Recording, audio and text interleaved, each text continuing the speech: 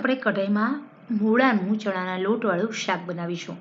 ખરેખર આજે રેસીપી છે બહુ સરસ મજાની છે. દરેક નવી રસોઈ શીખતી બહેનો માટે ખૂબ જ ઉપયોગી આ રેસીપી છે. તમારે મૂળાનું ચણાના લોટવાળું શાક કુકરમાં કેવી રીતે બનાવવું એ આગળ રેસીપી મેં અપલોડ કરી છે. આજે કઢાઈમાં કેવી રીતે બનાવવું એના માટે મેં 2 મૂળા લીધા છે, એટલે કે 250 ગ્રામ મૂળા. એને આપણે ઝીણા ઝીણા સમારી લીધા છે. સાથે મેં 1 ચમચી લસણ અને 1 વાટકી ચણાનો લોટ અને એમાં મેં 6 ચમચી તેલ લીધું છે. ચણાનો લોટ કોરો ન રહેવો જોઈએ, એની અંદર ગાંઠ ન પડવી જોઈએ. ચણાના લોટ તમે જો કોરો ઉમેરશો મોણ દીધા વગરનો તો તમારા ચણાના લોટની અંદર ગઠ્ઠા પડશે. તો અહીંયા આપણે ગઠ્ઠા ન પડે અને આપણું ચણાનું લોટવાળું શાક એકદમ સરસ બને એના માટેની આ પરફેક્ટ ટિપ્સ છે. 6 ચમચી તેલ 1 વાટકી ચણાના લોટમાં ઉમેરવાનું અને મોણ દઈને સાઈડમાં મૂકી દીધો. સાથે મેં 4 ચમચી તેલથી અહીંયા વઘાર કરીશ. આ શાકમાં થોડું તેલ વધારે જોઈએ છે, બહુ ટેસ્ટી બને છે. હવે સૌથી પહેલાં તો આપણે રાઈ ઉમેરવાની. તેલ ગરમ થાય એટલે લસણથી વઘાર કરવાનો છે. લસણ એકદમ તાજું ખાંડેલું હોવું જોઈએ, એની સુગંધ બહુ સરસ આવે છે. હળદર ઉમેરી અને મૂળા ઝીણા ઝીણા સમારેલા ઉમેરી દેવાના છે. અહીંયા આપણે જે કાંદાનો વ્હાઈટ ભાગ છે એને પણ ઉમેરી દેવાના છે, એ પણ ચડી જશે. તો અહીંયા હવે આપણે હલાવી લઈશું. થોડું નમક ઉમેરીશું અને મૂળાના પાંદડા એકદમ ગ્રીન રહે એના માટે સૌથી પહેલાં આપણે માત્ર ને માત્ર હળદર ઉમેરી અને નમક ઉમેરી અને આપણે શાંતળશું. 1 મિનિટ સુધી આપણે હળદરમાં આમ શાંતળશું. એ પછી જ આપણે બીજા બધા મસાલા કરશું. જો આવી રીતે તમે કરશો તો તમારા મૂળાનો જે પાંદ હોય એનો નેચરલ ગ્રીન કલર જળવાઈ રહે છે. આ પહેલી ટિપ્સ. બીજી ટિપ્સ કે અહીંયા તમે તમારા ઝીણા ઝીણા કાંદાની પણ સમારીને ઉમેર્યા છે તો એને ચડવા દેવાના છે, ગેસ ચડવા દેવાના છે. અહીંયા 2 મિનિટ થઈ ગઈ છે. હળદરમાં થોડી હળદર ઉમેરી અને આપણે સાંતળી લીધું છે. હવે આપણે લાલ મરચું, ધાણા જીરું, ગરમ મસાલો ઉમેરી દઈએ. ગરમ મસાલો કોઈ પણ લઈ શકો છો. ગરમ મસાલો ખાસ ઉમેરજો, એનાથી ટેસ્ટ બહુ સરસ આવે છે. અને હા, આમાં તમે થોડું લીંબુ અને થોડી ખાંડ ઉમેરી ખટમીઠું બનાવી શકો છો. અમારા ઘરમાં કોઈને ગળ્યું શાક ભાવતું નથી એટલા માટે હું નથી ઉમેરતી, પરંતુ આ શાક ખાટું મીઠું પણ બહુ સરસ લાગે છે.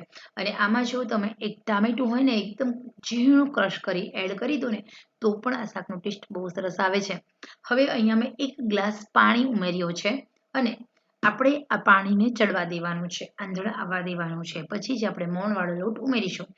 આશરે હું 3 થી 4 મિનિટ સુધી આમ જ પાણીને ઉકાળું છું, જેના કારણે આપણે જે સફેદ મૂળાનો ભાગ, કાંદાનો ભાગ છે મૂળાના કાંદાનો, એ ચડી જાય, કાચા ન રહે અને આપણું શાક વધારે ટેસ્ટી બને. તો અહીંયા આશરે મેં 3 થી 4 મિનિટ સુધી ફૂલ આંચે પાણીમાં ઉકળવા દીધું છે. તો અહીંયા આપણે ચણાનો લોટ છે એ મોણવાળો છે, એ ચણાનો લોટ આપણે ઉમેરી દેવાનો છે. તો અહીંયા આવી રીતે જો તમે મૂળાનું આ શાક બનાવશો તો તમારા ઘરમાં સૌ કોઈને ભાવશે.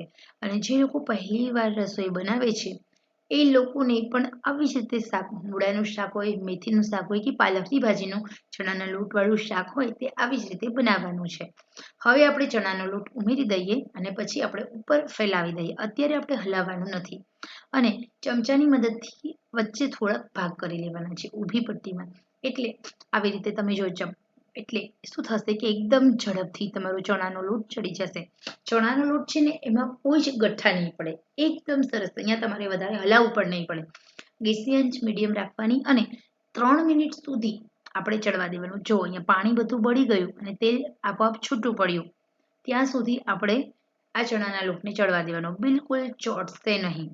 હવે આપણે આ ચણાના લોટને હલાવીશું અને ગેસની આંચ થોડી મીડિયમ રાખી હજી આપણે થોડું ચડવા દઈશું, કારણ કે હજી આપણો ચણાનો લોટ થોડો ચીકાશવાળો છે. આપણે આ ચણાના લોટને એકદમ મસ્ત રીતે ચડવા દેવાનો છે. જેમ ચણાનો લોટ ચડશે એમ તમારું શાક ચીકાશ વગરનું બનશે. તો હવે અહીંયા એકદમ તેલ છૂટું પડી રહ્યું છે. શાકમાં પાણીનો ભાગ બિલકુલ રહેવો જોઈએ નહીં.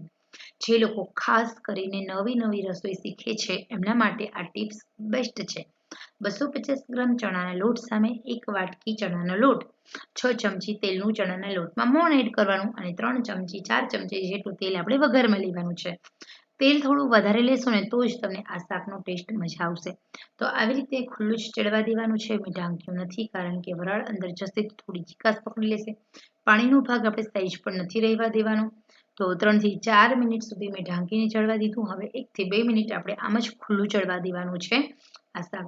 અને પછી આપણે ફરી હલાવીશું. એકદમ છૂટું બનશે, મજેદાર બનશે, ખાવામાં મજા આવે એવું બને છે. તો મિત્રો અહીંયા ખરેખર તમે ડુંગળીનું પણ ચણાના લોટવાળું શાક આવી જ રીતે બનાવી શકો છો. લીલી ડુંગળીનું પણ બનાવી શકો છો અને સૂકી ડુંગળીનું પણ આવી જ રીતે બેસનવાળું શાક બનાવી શકો છો. ખાવામાં બહુ મજા આવે છે. ખાસ કરીને જે લોકોને ડાયાબિટીસ છે એમના માટે આ શાકની રેસીપી બેસ્ટ છે. આ શાક છે જે લોકોને શુગર છે એ લોકો ખાશે તો એમને શાકનો ટેસ્ટ પણ આવશે અને સાથે બેસન છે અને મૂળા છે એને શુગર 0 વધશે. તો મિત્રો ખરેખર આ શાક ખાવાની રીત બહુ સરસ મજાની છે. આ શાક બહુ ટેસ્ટી બને છે. તમને લુખ્ખું ખાવાનું મન થઈ જશે. તો અહીંયા મેં કોઈ જ વિડીયો સ્કીપ નથી કર્યો. જે વસ્તુને પ્રોપર જે ટાઈમે ચડવા દેવાની હોય એ ટાઈમ થાય એ જ રીતે મેં અહીંયા રાખ્યું છે. એટલે નવી નવી રસોઈ શીખતી બહેનોને આઈડિયા આવે કે ટોટલ રીતે આ શાક બનાવવું હોય તો આપણે કેટલો સમય લાગે છે. તો હવે આપણે ફરી હલાવી લઈશું. અહીંયા ચિકાસ બધી દૂર થઈ ગઈ છે. ચણાનો લોટ એકદમ ચડી ગયો છે અને આપણે હલાવી લેવાનું છે.